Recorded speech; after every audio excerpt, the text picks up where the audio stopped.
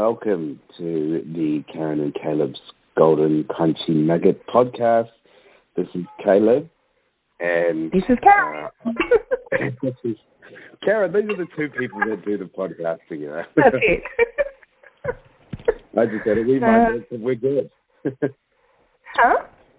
I just had a wee mind blank about who was on the call with me, even though she's in the title. It's whatever. Yeah, no, it's fine. It's just me. It doesn't matter. Love it. We have had heaps of stuff on the last couple of weeks, so this is coming at you finally. And we're really looking forward to sharing some experiences with you in this 15 to 20 minutes podcast with the that's it. Of Karen and Kate. Let's rock out and see what happens. Sounds good. So lead the way, Karen. What would you like to share today? Oh, one of my nuggets first. Okay, well, I have two delicious nuggets. Now, we might only get through one because both these nuggets, I think, take a lot of thought.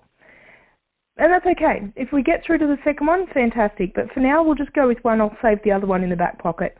So the nugget I wanted to share was, okay, so you know how everyone says black and white? There is no black and white. There's shades of grey, and, you know, don't get stuck in the black and white, and make sure you look at the shades of grey. Yeah. And I was thinking about it, and I was thinking, what if there is no black and white?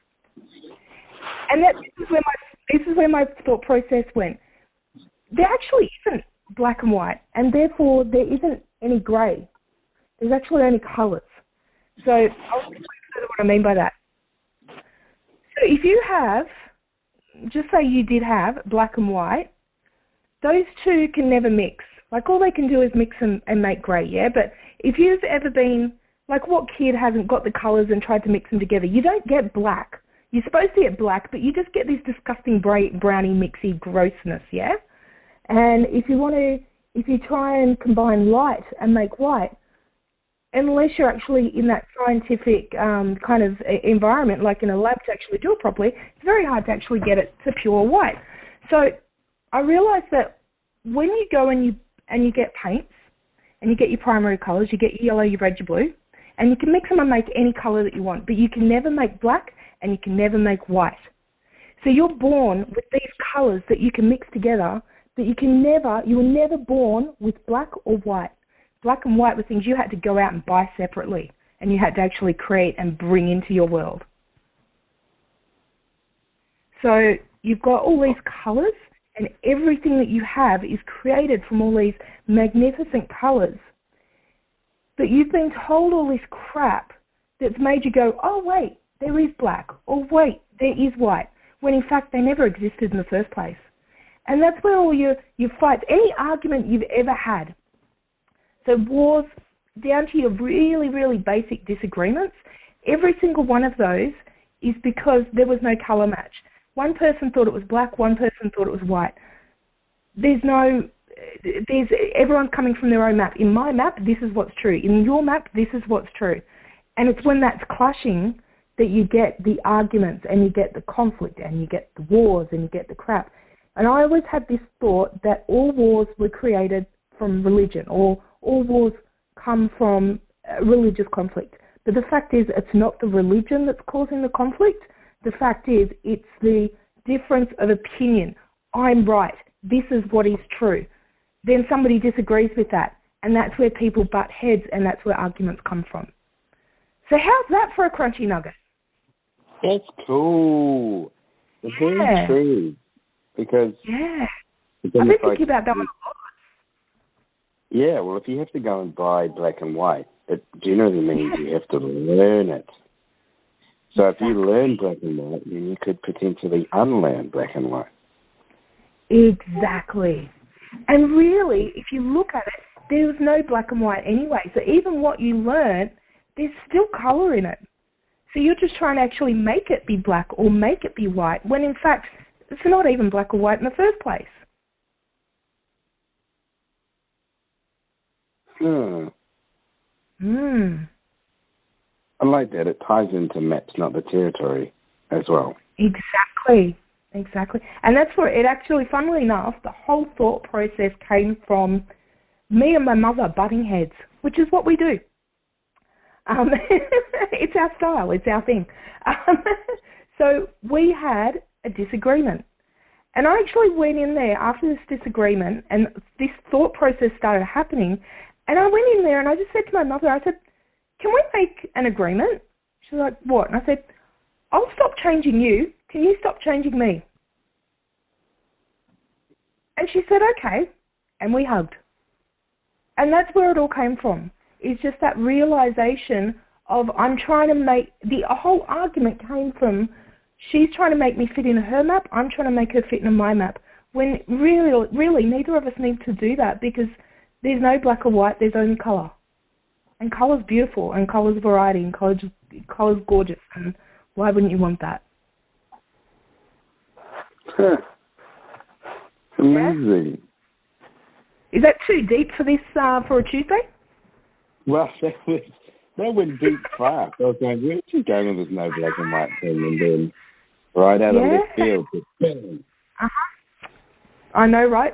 Juicy, crunchy nugget. I'm not too sure how you can have juicy and crunchy. Well, I suppose you can. It's crunchy on the outside, it's juicy in the middle. That was a juicy, crunchy nugget. I'll take you one step further, and I'll suggest that religion is a way for people to meet the 6 core needs. So, yes. Yeah. So I was having this conversation the other day because some of the stuff I've been working through is some limiting beliefs that have been indoctrinated through the religion that I grew up with. And so what we figured is that because there's lots of different religions, right? And it's this whole map is not the territory, no one's going to agree on which religion is real, because it's circumstantial to where they are. And there's a weird noise in the background. Hey? You've got a weird noise going on in the background. Do I? Can you hear me? Stop now. Yeah, stop now. Okay. So it's a way for people to essentially explain their surroundings. So they'll grow up in specific cultures, and then therefore they interpret it, and they need a way to understand it, so therefore they create religion. And if you look at religion and the purpose of religion, it fills all of the 6 core needs. So in any religion, there's always the opportunity for growth, spiritual growth. There's always the opportunity for contribution, because they're encouraged to contribute to their communities. There's always the opportunity for connection, because you're within a connection. You can connect with people, and you can connect above. There's also an opportunity for, what's the other one that goes in with connection? Significance. Yeah, significance. So there's something significant in knowing that there's someone greater than you.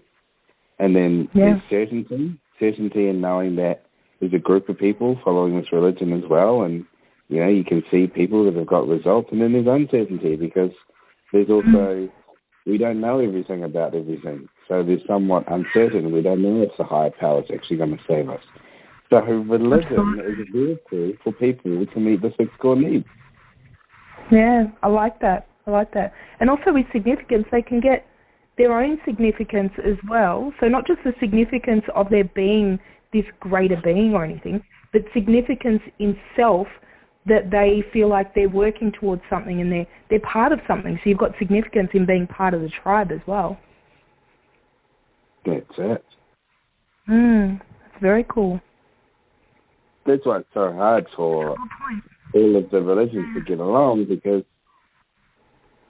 they're meeting their 6 core needs. So why would they ever want to change? That's it. And because they're living in their world of black or white, where they're meeting their 6 core needs, so for them, they can't see how, they might not be able to see how somebody else would not be able to agree with it, because they feel so great about it. It's meeting their core needs. It's giving them everything that they need. Why wouldn't somebody else want that? And that's really funny, actually, because that's made me think back that a couple of weeks ago I had to check myself and went, no, stop it. Stop treating this like it's a religion and trying to shove it down people's throats. I actually had to stop myself and step back on talking to people that didn't necessarily want to change anything.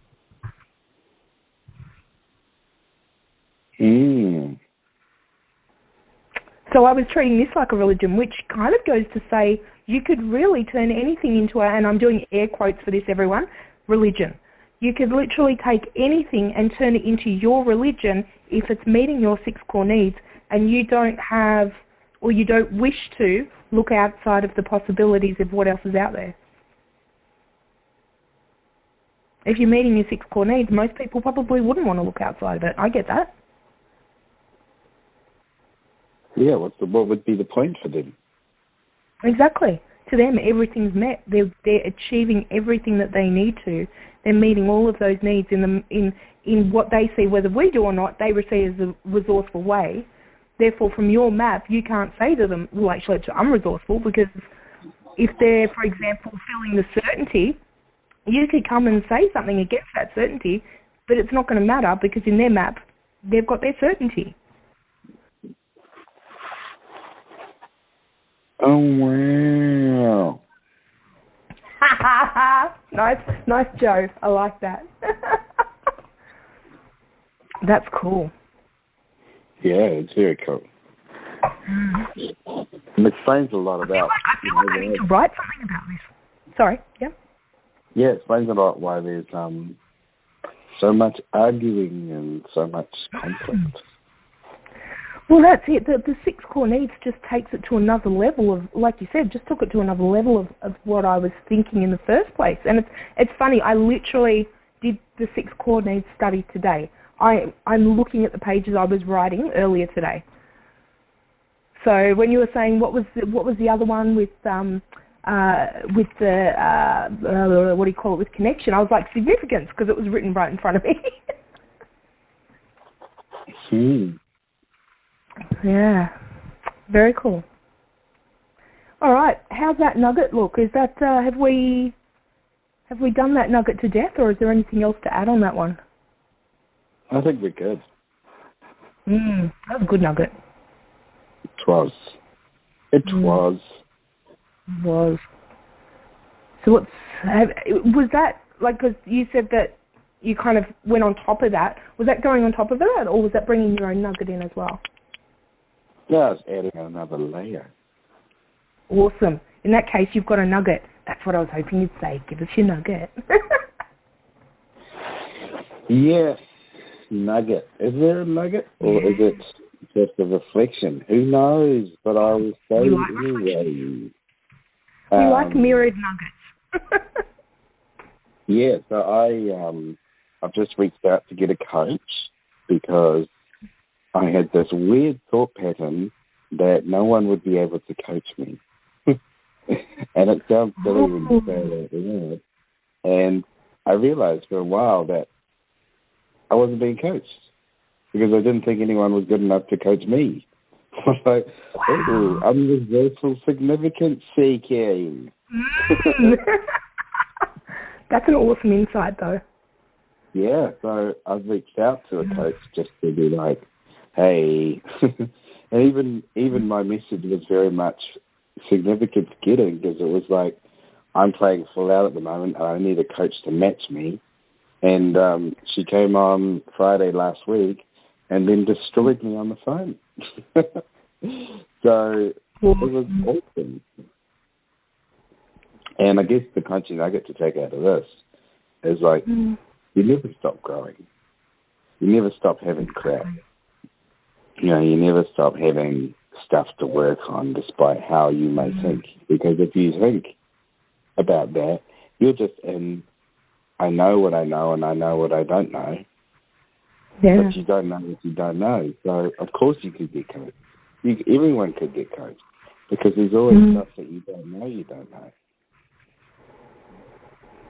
And that was a pretty big learning for me, because I thought I knew everything, when really I don't know anything. I know nothing, Jon Snow.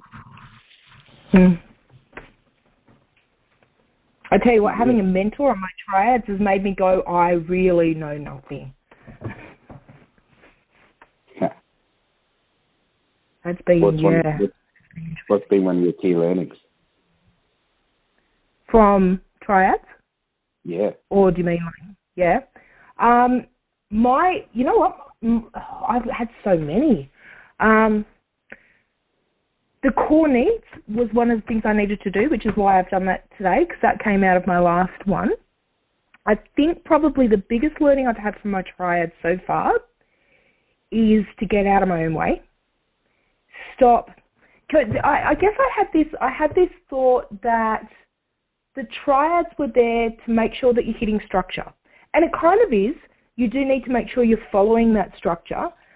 But the fact is, if you don't follow the structure, it can go so haywire and it can go so off track, it's ridiculous. So I thought that the triads were there just to make you stay on that structure and learn the structure and leave it at that. But what I've actually found is that they're actually there to teach you how to be more efficient so that you can match the structure. So it's actually not about just doing the structure and that's how you make it, and that's how you're efficient. It's vice versa. It's being efficient, asking those fantastic questions. And this was a big one for me, not asking why so much, asking questions that start with what and how. Using those questions, getting to where you need, digging down, chunking down, finding really finding what the main fear is, or finding the heart of the problem again in air quotations.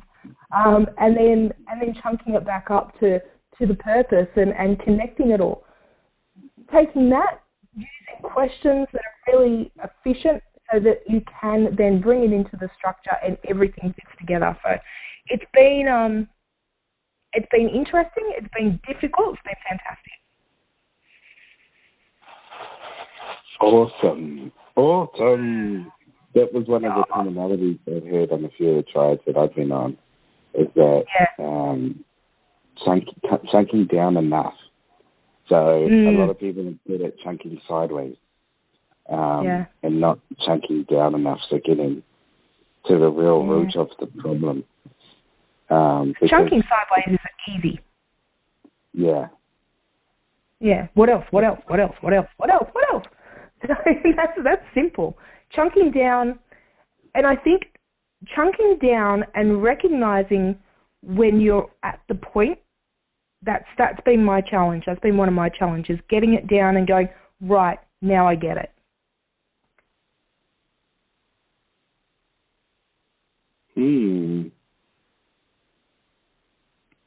Yeah, that's been my thing. That's something I continue to work on. And it's interesting. The best sessions that I've had are those sessions where I've truly ignored my own map. And I had a great experience with someone last night who I coached, where I was able to get out of my own map. And the reason I was able to do that is because of the feedback I had from the triad just before that, where I actually had quite a few things in common with what the person was saying. So they were saying certain things, and I was not even recognizing that I was doing it, saying, yeah, I get that, yep. Mm-hmm. And rather than challenging the map, I was just agreeing with it because it was the same as my damn map.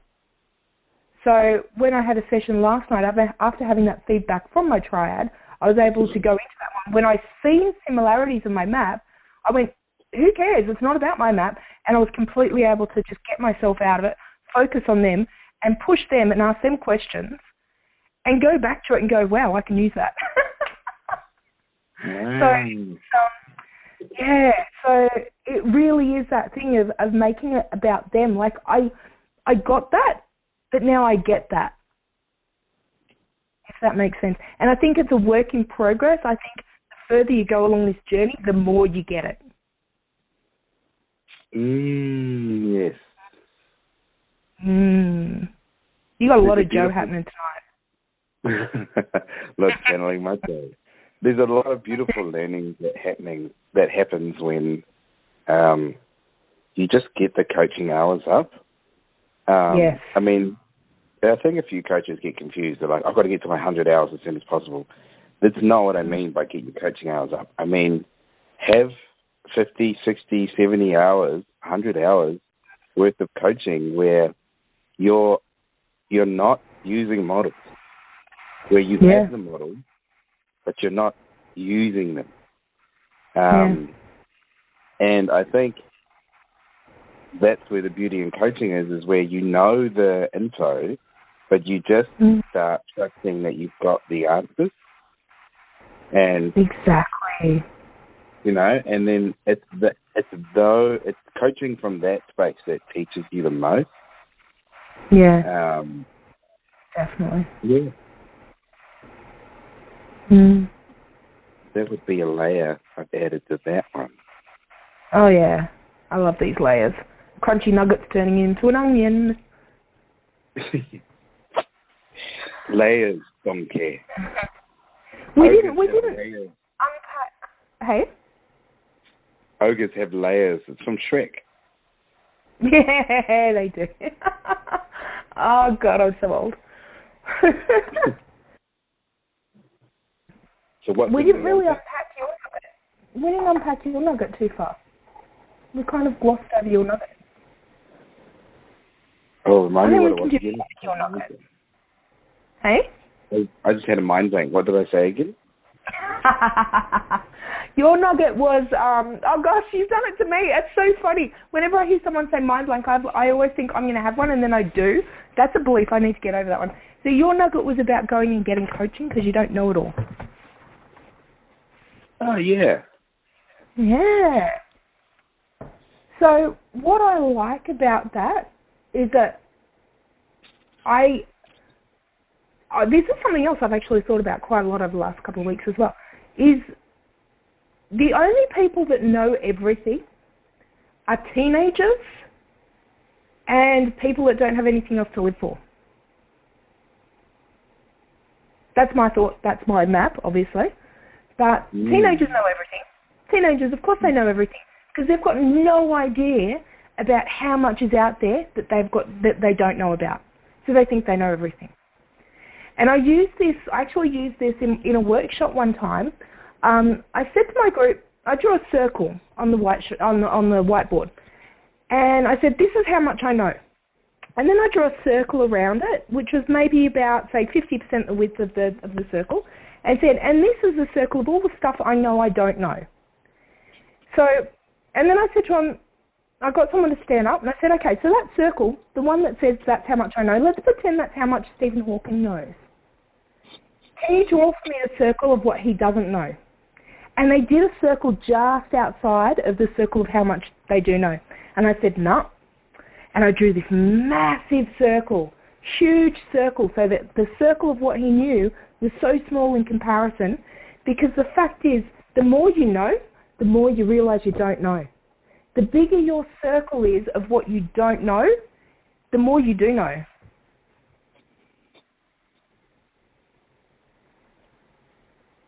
Cool? Brain processing that. Because I guarantee you put me and Stephen Hawking in the room, he knows a lot more that he doesn't know than I know that I don't know. I know I don't know a lot of stuff, but he would have that whole higher level of, but did you know that you didn't know this?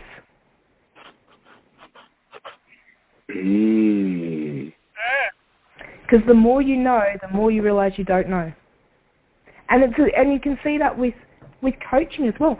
Even just saying, okay, I realise I now need to get a coach. You didn't know that before, but you've learned so much more that you're like, wait, there's more that I don't know. So it's actually growing, and it's going to continue to grow.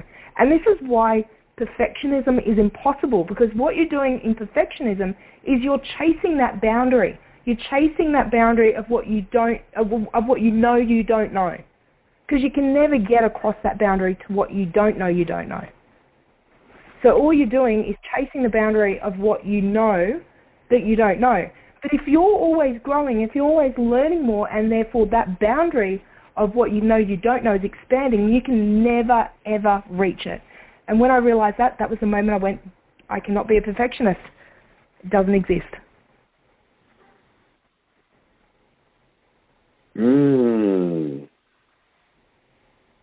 Oh, juicy. So would you then say that perfectionism is people who think they know everything?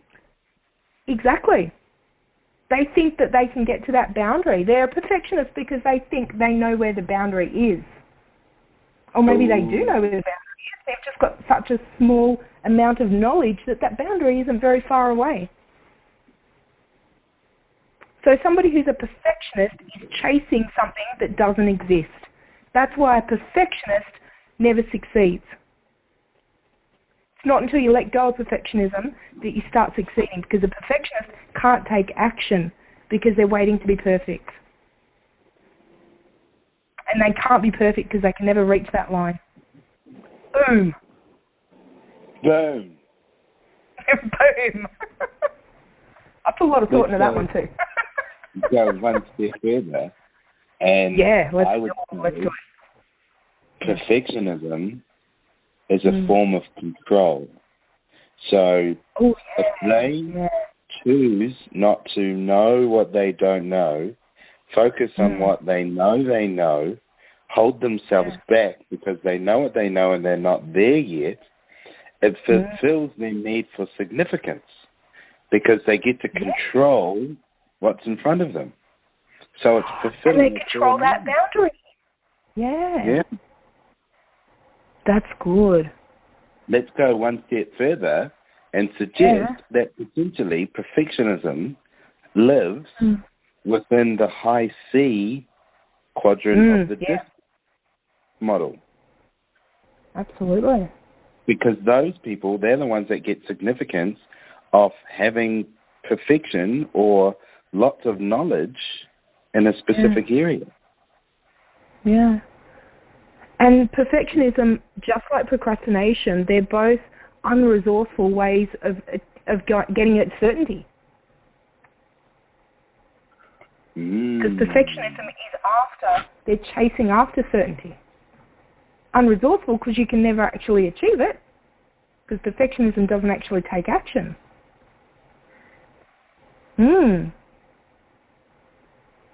That's cool. This is very cool. Yeah. Did we just chunk down or sideways? I don't even know. We chunked all over the place, man. That was a chunky thing. We chunked outside of our boundaries. That was juicy. It was chunky. It had some sauce. Well, I think with those two gems in the bag, we call this session adjourned.